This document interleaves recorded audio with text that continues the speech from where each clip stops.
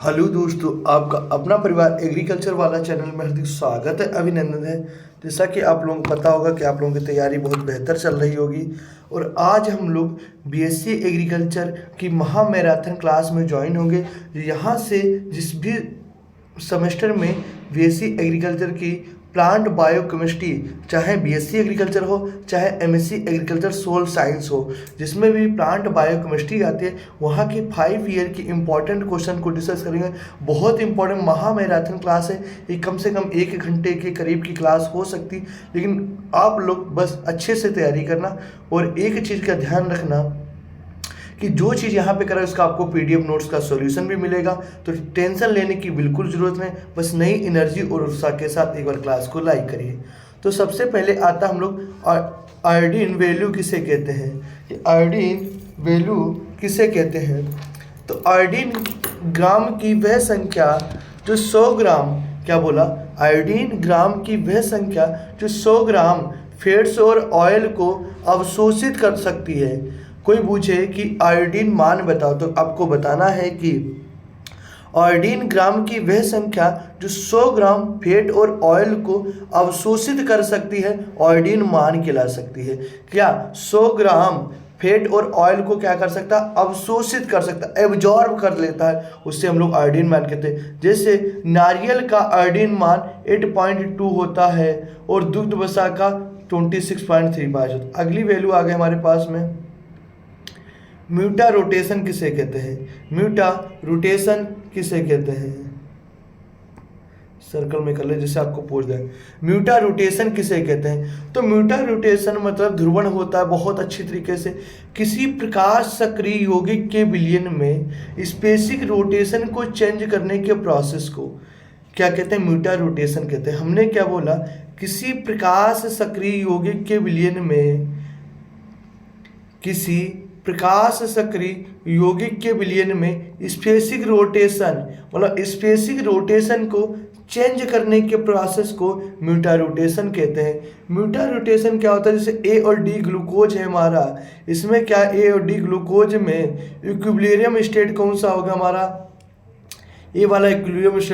यहाँ से अभी आपको बताएंगे, जब आपको डीपली पढ़ेंगे म्यूटा रोटेशन तो आपको सब चीज़ें समझ में आएंगे। और 2 नंबर में आता तो आपको इतना लिख देना है, क्या आपको लिखना, किसी प्रकाश सक्रिय यौगिक के विलयन में स्पेसिक रोटेशन के चेंज करने के प्रोसेस को, किसी प्रकाश सक्रिय यौगिक के विलयन में स्पेसिक रोटेशन के चेंज करने के प्रोसेस को म्यूटा रोटेशन कहते हैं। आगे चलते हैं हम लोग। आगे हमारा है क्या, कंजुगेटेड प्रोटीन बताइए। क्या बताइए, कंजुगेटेड प्रोटीन बताइए किसे कहते हैं। कंजुगेटेड प्रोटीन किसे कहते हैं, तो वे प्रोटीन हाइड्रोलाइसिस होकर, क्या बोला, ये प्रोटीन हाइड्रोलाइसिस होकर ए अमीनो ऑक्साइड के मिश्रण के अतिरिक्त नॉन प्रोटीन्स के मैटर भी प्रदान करती है। कोई पूछे आपसे कि कंजुगेटेड प्रोटीन क्या होते हैं, तो आपको बताओगे ये प्रोटीन हाइड्रोलाइसिस होकर ए अमीनो एसिड, क्या हाइड्रोलाइसिस होकर ये अमीनो एसिड के अतिरिक्त नॉन प्रोटीन्स मैटर भी प्रदान करती है। पदार्थ को, क्या, जो पदार्थ को प्रोस्टेटिक कहते हैं। ये protein part nucleic acid, carbohydrate, phosphoric acid और लिपिड्स हो सकते हैं। जैसे न्यूक्लियो प्रोटीन्स हो गए, फास्फोप्रोटीन्स हो गए, क्रोमोप्रोस्ट होगा। उसके बाद हमारा आता है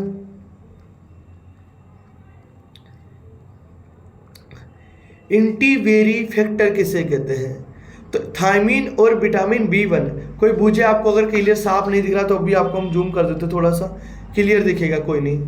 क्या बोला, थायमीन तथा विटामिन B1 युक्त खाद्य पदार्थों का सेवन करना चाहिए।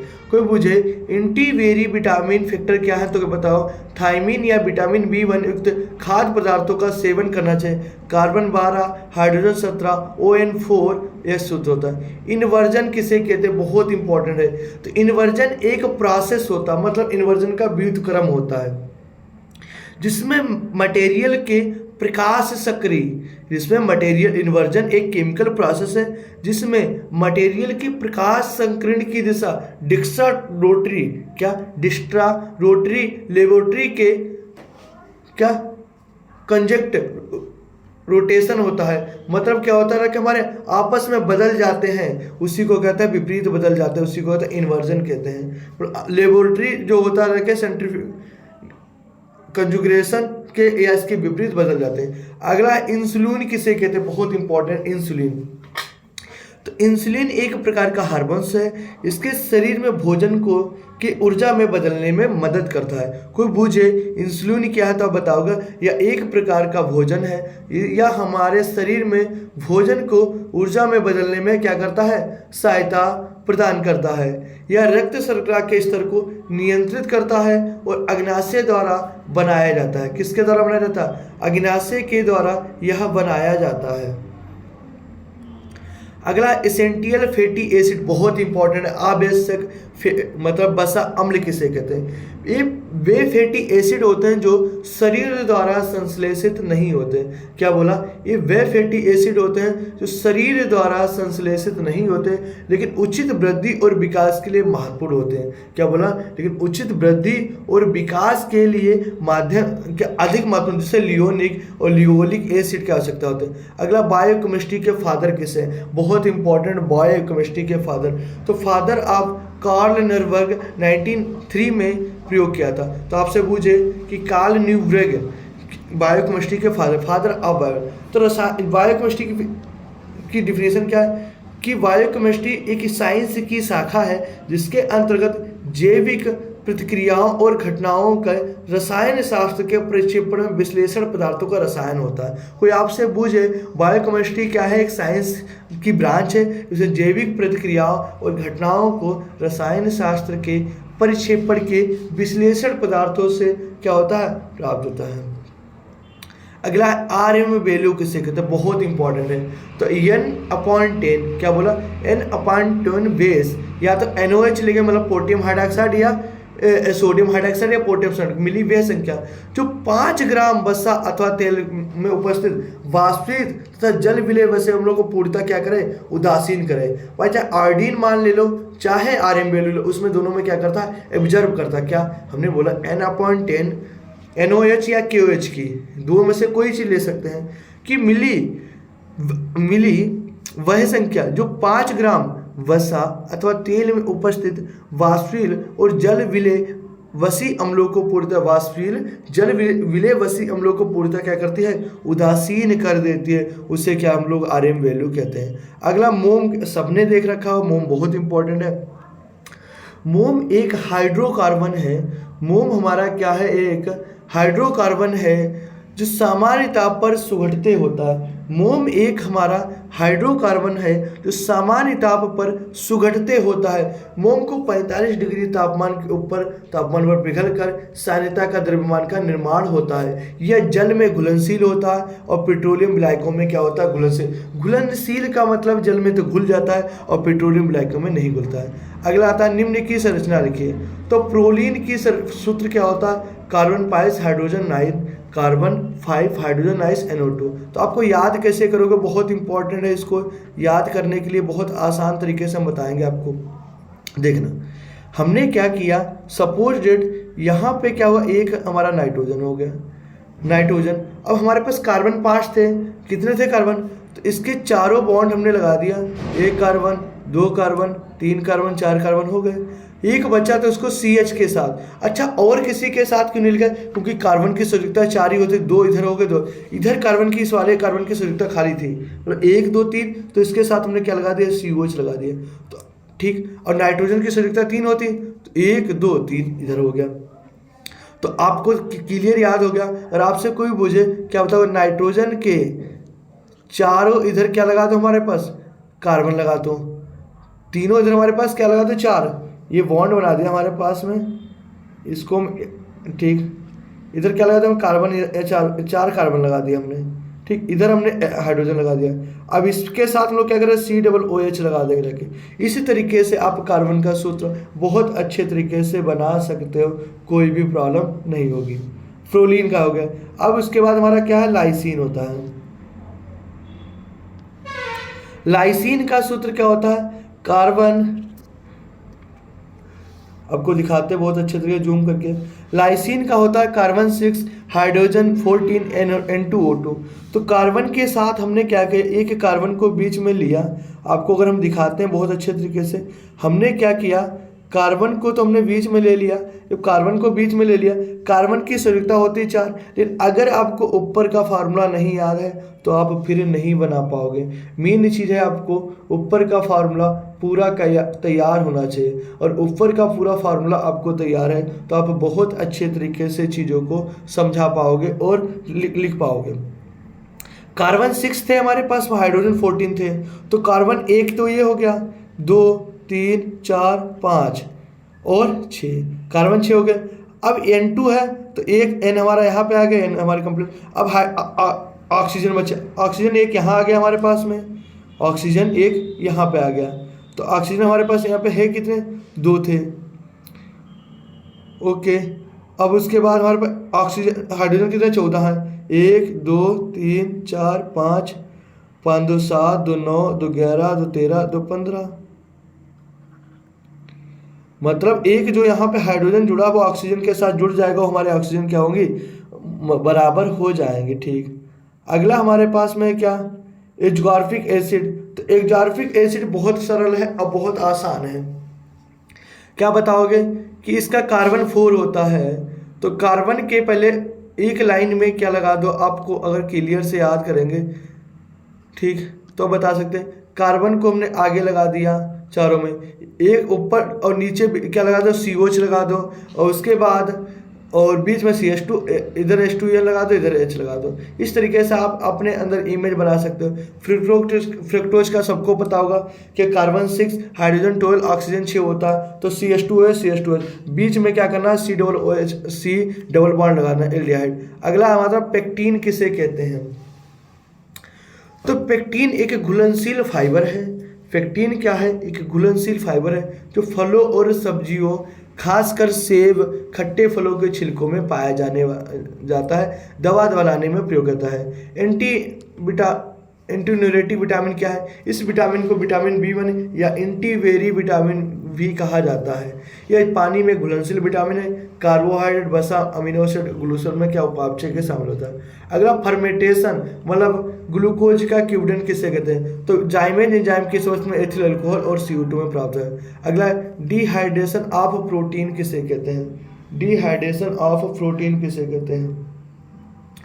प्रोटीन की कोलाइडी विलयन में अल्कोहल डालने पर, क्या बोला, प्रोटीन के कोलाइडी विलयन में अल्कोहल डालने पर प्रोटीन का अवक्षेपण हो जाता है। यदि इस अवक्षेपण को तुरंत छानकर जल में घोला जाए, यदि इस अवक्षेपण को तुरंत छानकर जल में घोला जाए तो पुनः कोलाइडी विलयन बन जाता है। आपसे कोई पूछे कि डिनेचुरेशन ऑफ प्रोटीन क्या होता है, प्रोटीन एक कोलाइडी विलयन में अल्कोहल डालने पर प्रोटीन का क्या होता है, अवशोषण हो जाता है।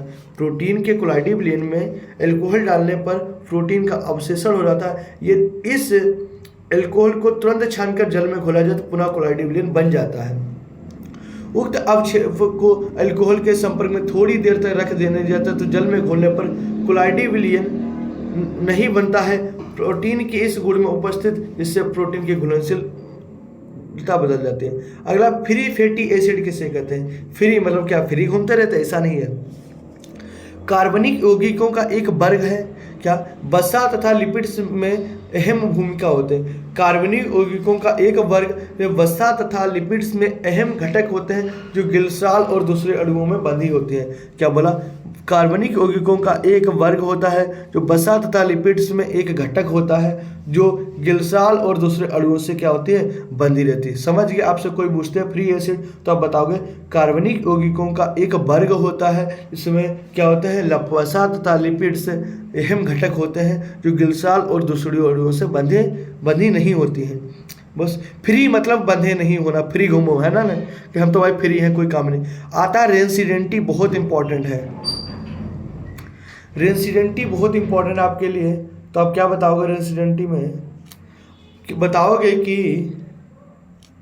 कि वसा और तेल को कुछ समय तक अंधेरे में, क्या बोला, वसा तथा तेल को कुछ समय तक अंधेरे में वसा तथा तेल को कुछ समय तक अंधेरे में वायु तथा नमी के संपर्क में रखने पर एक दुर्गंध उत्पन्न हो जाती है। क्या उत्पन्न हो जाती है? अर्थात खराब हो जाता है। तो इस अवस्था को भी हम लोग क्या बोलते हैं? रेसिडेंटी कहते हैं। क्या बोलते हैं? रेसिडेंटी बोलते हैं। क्लियर हुआ आपसे? कोई पूछे कि वसा तथा तेल को कुछ समय तक अंधेरे के वायु में नमी के संपर्क में रखने पर एक दुर्गंध उत्पन्न हो जाती है, उसी को हम लोग क्या कहते हैं? रेसिडेंटी कहते हैं। अगला विटामिन सी के बारे में लिखे। तो विटामिन सी का एस्कॉर्बिक एसिड रासायनिक नाम होता है, यह कि कार्बनिक या CHO से मिलकर, मतलब कार्बन हाइड्रोजन ऑक्सीजन से मिलकर होता है। इसकी कमी से एस्कॉर्बिक नामक रोग हो जाता है, इससे मशीन। इसका रासायनिक नाम का सूत्र कार्बन 6 हाइड्रोजन 8 ऑक्सीजन 6 C8 6 होता है। अगला हमारा है गिल्सराल का। तो गिल्सराल का बहुत सिंपल है कि C8 होता है। तो तीनों तरफ हमने क्या लगा दिया? OH लगा दो, आपका क्लियर हो जाएगा गिल्सराल। विटामिन सी का अगला है प्रोटीन का संश्लेषण पौधों में किस प्रकार से होता है, इसको आगे आपको बताएंगे 10 नंबर में।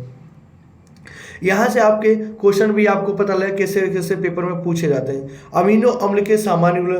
तो अमीनो एसिड फैटी एसिड एक व्युत्पादिक होते हैं जो फैटी एसिड को कार्बन चेन की एक या एक से अधिक हाइड्रोजन एटम को अमीनो ग्रुप से क्या करते हैं? सब्स्टिट्यूशन होने से प्राप्त होते हैं। सब्स्टिट्यूशन का मतलब होता है क्या? प्रतिस्थापन से प्राप्त होते हैं। कोई पूछे तो आपको बताना है कि अमीनो एसिड फैटी एसिड के कंपाउंड है। क्या है? जो फैटी एसिड कार्बन चेन के एक से अधिक हाइड्रोजन आइटम्स के अमीनो ग्रुप्स के क्या है? प्रतिस्थापन से प्राप्त होते हैं। तो CH ऊपर NH2 लगा दो, इधर कोई प्रॉपर्टी के मतलब C OH। कोई पूछे कि क्या होता है तो बताओगे CH NH2 C OH। ठीक, CH NH2 C OH। इसकी जनरल प्रॉपर्टी का विलेयता होता है, ऑप्टिकल एक्टिविटी होती है। ठीक, आइसोइलेक्ट्रिक पॉइंट होता है केमिकल प्रॉपर्टीज में। अम्ल के साथ कर सकते हैं, PCl5 के साथ, हाइड्रोजन ऑक्साइड के साथ। अगला है जल में घुलनशील विटामिन के लिखे। तो विटामिन क्या होते हैं? A B C D E K। तो आपको इसके बारे में पढ़ लेना है। लिपिड्स की परिभाषा लिखिए। ओके, वही चीज बताएंगे जो आपके लिए बहुत ज्यादा इंपॉर्टेंट है।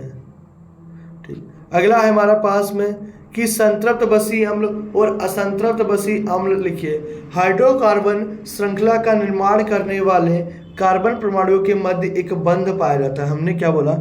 हाइड्रोकार्बन कार्बन श्रृंखला का निर्माण करने वाले कार्बन परमाणुओं के मध्य केवल एक बंध पाया जाता है, उसे संतृप्त बसी अम्ल बोलते हैं। क्लियर? क्या हमने बोला? हाइड्रोकार्बन कार्बन श्रृंखला का निर्माण करने वाले कार्बन परमाणुओं के मध्य केवल एक बंध पाया जाता है, उसे क्या होता है? संतृप्त बसी अम्ल बोलते हैं। उसके असंतृप्त बसी अम्ल क्या है? इसका निर्माण 2 या 3 बंधों द्वारा होता है, उसे असंतृप्त बसी अम्ल कहते हैं।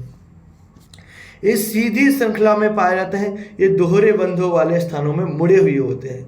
इनका गलनांक अधिक होता है, उनका गलनांक कम होता है। ठीक, ये सामान्य अवस्था में ठोस और अर्ध ठोस होते हैं। ये सामान्य अवस्था में ठोस और अर्ध ठोस होते हैं। ये सामान्य अवस्था में तरल अवस्था में पाए जाते हैं।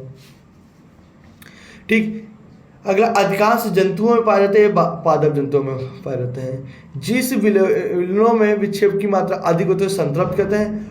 ठीक, इसका निर्माण शरीर के द्वारा होता है, इसका शरीर के अंदर होता है। जो इसका होता है घी मक्खन हो गया हमारे पास, क्या हो गए? संतृप्त हो गए। और हमारे पास तेल रिफाइंड संतृप्त हो गया। अगला फेलिन विलयन द्वारा अपचय को कैसे अलग करेंगे जाके? तो मोनोसेक्राइड को स्वतंत्र एल्डिहाइड और कीटोनिक समूह पाए जाने के कारण, मोनो एल्डिहाइड को स्वतंत्र एल्डिहाइड और कीटोनिक समूह पाए जाने के कारण क्या रिडक्शन गुण पाया जाता है? मोनोसेक्राइड और कीटोनिक विलयन का ठीक उपस्थित होता रखे। फेलिंग विलयन का क्यूप्रस, फेलिंग विलयन कोई पूछे तो आपका क्यूप्रस मतलब कॉपर सल्फेट और NaOH को क्या करते हैं हम लोग? पहले रिएक्शन करते हैं, कॉपर सल्फेट और NaOH का प्रोडक्ट करते हैं तो क्यूप्रस ऑक्साइड बनता है। क्यूप्रस ऑक्साइड को एक बार गर्म करेंगे, क्यूप्रो हाइड्रोक्साइड, तो क्यूप्रस ऑक्साइड बन जाएगा। फिर क्यूप्रस हाइड्रोक्साइड को जब हम लोग ग्लूकोज के साथ तोड़ेंगे तो हमारे पास प्राप्त हो जाता है। अगला हमारा सिंपल और कंजुगेटेड प्रोटीन किसे कहते हैं? वे प्रोटीन जो जल अपघटन के पश्चात केवल एक अमीनो अम्लों का मिश्रण देता है।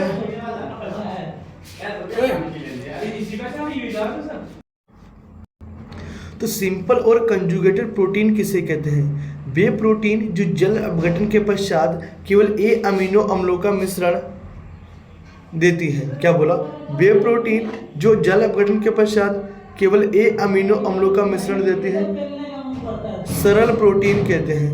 प्रोटीन के इस वर्ग को विभिन्न प्रकार के प्रतिकारक में घुलनशीलता एवं अवक्षेपण के आधार पर कई वर्गों में विभाजित किया गया है। कोई बूझे क्या सिंपल और कंजुगेटेड प्रोटीन कहते हैं? वे प्रोटीन जो जल अपघटन के पश्चात केवल ए अमीनो का मिश्रण देते हैं उसे सिंपल प्रोटीन्स कहते हैं। याद हो गया क्लियर? ये वे प्रोटीन जो जल अपघटन के पश्चात केवल ए अमीनो अम्लों का मिश्रण देते हैं उसे सरल सिंपल प्रोटीन कहते हैं। प्रोटीन के इस वर्ग का विभिन्न प्रकार के प्रतिकारक में घुलनशीलता और अवशोषण के आधार पर कई वर्गों में विभाजित किया गया है। इस समूह के अंतर्गत मुख्यतः ग्लोबल प्रोटीन और अल्प प्रोटीन रेशेदार प्रोटीन आती हैं। अब प्रोटीन का हम लोग वर्गीकरण पढ़ेंगे। तो सबसे पहले सिंपल प्रोटीन, कंजुगेटेड प्रोटीन होती हैं और उसके बाद ड्राइव्ड प्रोटीन होती हैं। तो सिंपल प्रोटीन के टाइप्स पढ़ेंगे। सबसे पहले एल्बुमिन हो गया, बहुत इंपॉर्टेंट, यहाँ से भाई चलेंगे चला। एल्बुमिन हो गया और ग्लोबिन हो गया, ग्लोटीन्स हो गया, प्रोलिम्स हो गया। कोई पूछे प्रोटीन कितने प्रकार के होते हैं तो आप बताओगे सर प्रोटीन 3 प्रकार की होती हैं, simple protein, conjugated protein, derived protein. तो सिंपल प्रोटीन के टाइप पढ़ेंगे फिर कंजुगेटेड। तो आपको क्या एल्बुमिन, ग्लोबुलिन, ग्लोटीन्स और प्रोलिम्स, और उसके बाद और एल्बुमिन्स की भी कोलाइड से होता है, इलास्टिन से होता है, केराटिन से होता है। हिस्टोन प्रोटीन हो गया, प्रोटीन्स हो गया। तो आपको याद हो गया। कोई पूछे क्या एल्बुमिन, ग्लोबुलिन्स, ग्लोटीन्स, प्रोलिम्स, फिर से एल्बुमिन्स हो गया और ग्लोबुलिन्स हो गया, और फिर इसका थर्ड क्या हो गया? ग्लूटिलिन्स हो गया, प्रोलिम्स हो गया और एल्बुमिनॉइड्स हो गया। मिनॉइड्स को भी कोलाइडिन्स हो गया, इलास्टिन्स हो गया, केराटिन्स हो गया, हिस्टोन्स और प्रोटीन। अब इसके बाद हम लोग पढ़े कंजुगेटेड प्रोटीन में भी क्या न्यूक्लियोप्रोटीन्स, ग्लाइकोप्रोटीन्स, फास्फो, इसकी बहुत सारे न्यूक्लियोप्रोटीन्स, ग्लाइकोप्रोटीन्स, फास्फोप्रोटीन्स, क्रोमोप्रोटीन्स, लिपोप्रोटीन्स होते रखे हैं। ठीक, क्या बोला? न्यूक्लियोप्रोटीन्स, ग्लाइकोप्रोटीन्स और फास्फोप्रोटीन्स, प्रोटीन, लिपोप्रोटीन, म्यूटोप्रोटीन्स, मुकोप्रोटीन, फ्लूवोप्रोटीन्स, इसकी बहुत सरल है। फिर से देखो एक बार ठीक से, न्यूक्लियोप्रोटीन्स, ग्लाइकोप्रोटीन्स, फास्फोप्रोटीन्स, क्रोमोप्रोटीन्स, लिपोप्रोटीन्स, म्यूटोप्रोटीन्स, म्यूकोप्रोटीन्स और फ्लूवोप्रोटीन। अब आते हैं हम लोग ड्राइव्ड भी हमारे पास 3 प्रकार के प्रोटीन होते हैं, प्राइमरी और secondary. Primary of proteins, Meta, conjugated. Proteins, Meta और कंजुगेटेड। सेकेंडरी में प्रोटीन्स, पिप्टोटाइड हो गया हमारे पास में, अमीनो एसिड हो गया। अब आगे आते हैं हम लोग बायोकेमिस्ट्री के स्कोप क्या है। भाई एक बात आपको रियल बता दें, जिस भी बच्चे ने इस क्लास को देख लिया, बीएससी एग्रीकल्चर जो बायोकेमिस्ट्री की आपकी किताब है, समझ लो उसका निचोड़ आपके पास पूरा का पूरा है। इस क्लास को देख के आप 30 से 35 नंबर को कर सकते हो, क्योंकि यहाँ से आपको थोड़ा सा अंदर किताब से पढ़ना पड़ेगा, बाकी क्वेश्चन का आपको बहुत ज़्यादा हम समझा दे रहे हैं। विटामिन B1 के कार्य, तो विटामिन के बारे में हम ठीक, प्राप्ति स्थान, यह विटामिन अपने प्राकृतिक संसाधनों में शुद्ध अवस्था में प्राप्त की गई। प्रयोगशाला में इसका आवाज धीमे कर लेना। प्रयोगशाला में इसका रासायनिक संश्लेषण हुआ है। अणु में पिरिमिडीन और पाइजोल नामक पौधे पाए जाते हैं। अणु में पिरिमिडीन और पाइजोल नामक पौधे पाए जाते हैं। पिरिमिडीन और पाइजोल नाभिक में पाए जाते हैं। इसका अणुसूत्र कार्बन 17, हाइड्रोजन 35, ONH4 होता है। ठीक, यह जल तथा अल्कोहल में 70% घुलनशील होती है, परंतु वसा विलायकों में अम्लीय होती है। V1 अम्लीय माध्यम तथा ताप स्थायी होता है। क्षारीय और उदासीन माध्यम में शीघ्र नष्ट हो जाते हैं। अगला बायोकेमिस्ट्री एक हमारे का ग्रीक भाषा का शब्द है। बायोस मतलब लाइफ होती है। इसके फादर कार्ल न्यूबर्ग हैं। 1903 में biochemistry has the defined as the chemistry by living things. Biochemistry क्या है? डिफाइन कर से कि as the chemistry of living, जो लिविंग में मतलब लिविंग ओरिजिन्स, लिविंग चीज़ें मतलब जीवित चीज़ें रहती है उससे बायोकेमिस्ट्री। तो कार्बोहाइड्रेट क्या होता है? कार्बोहाइड्रेट एक हमारा लैटिन वर्ड है। तो डेरिवेटिव ऑफ पॉलीहाइड्रेट्स अल्कोहल और कंपाउंड विच, मतलब कार्बोहाइड्रेट क्या एल्डो और कीटो शब्दों से मिलकर बना है, जो पॉलीहाइड्रेट से अल्कोहल और compound which yield the derived hydrolysis. COO को कीटोन कहते हैं और CH को एल्डिहाइड ग्रुप से। मोनोसेक्राइड की फिजिकल प्रॉपर्टीज क्या है? यह कलरलेस होता है, क्रिस्टलाइन, स्वाद उदासीन तथा स्वीट मैटर के होते हैं। मोनोसेक्राइड अधिक लाइट एक्टिव के होते हैं। मोनोसेक्राइड वाटर में आसानी पूर्वक विलय होते हैं। क्या हमने बोला? मोनोसेक्राइड अधिकतर लाइट एक्टिव होते हैं, प्रकाश सक्रिय होते हैं। मोनोसेक्राइड वाटर में आसानी से विलय होते हैं, बट ऑर्गेनिक विलायकों में क्या अघुलनशील होते रखे। ऑल मोनोसेक्राइड में म्यूटारेटेशन की क्वालिटीज होती है, ठीक। इसमें हीटिंग करने पर ब्राउन होकर झुलस जाते हैं। अब आता है हमारा म्यूटारेटेशन, जो आपको हमने अभी पढ़ाया था। म्यूटारेटेशन क्या होता है? जब प्रकाश की किरणें डिस्टोर्टी मतलब बदल जाती हैं। किसी प्रकाश सक्रिय कंपाउंड के सॉल्यूशन को स्पेसिफिक रोटेशन में चेंज करने को म्यूटारेटेशन कहते हैं। और 1846 में बताया ड्यूवरफंट ने कि अल्फा और बीटा ग्लूकोज स्पेसिफिक रोटेशन से 37 डिग्री पर से 112 डिग्री तक होती है। ताजे जल में घोला जाता है। स्पेसिफिक रोटेशन 52.5 स्थिर होती है। कोई पूछे स्पेसिफिक रोटेशन कितनी होती है तो आपको बताना 52.5 होती है, ठीक। बीटा पे तो हमने क्या अल्फा डी ग्लूकोज इक्विलिब्रियम क्या होता है? स्थिर पॉइंट होता रखे।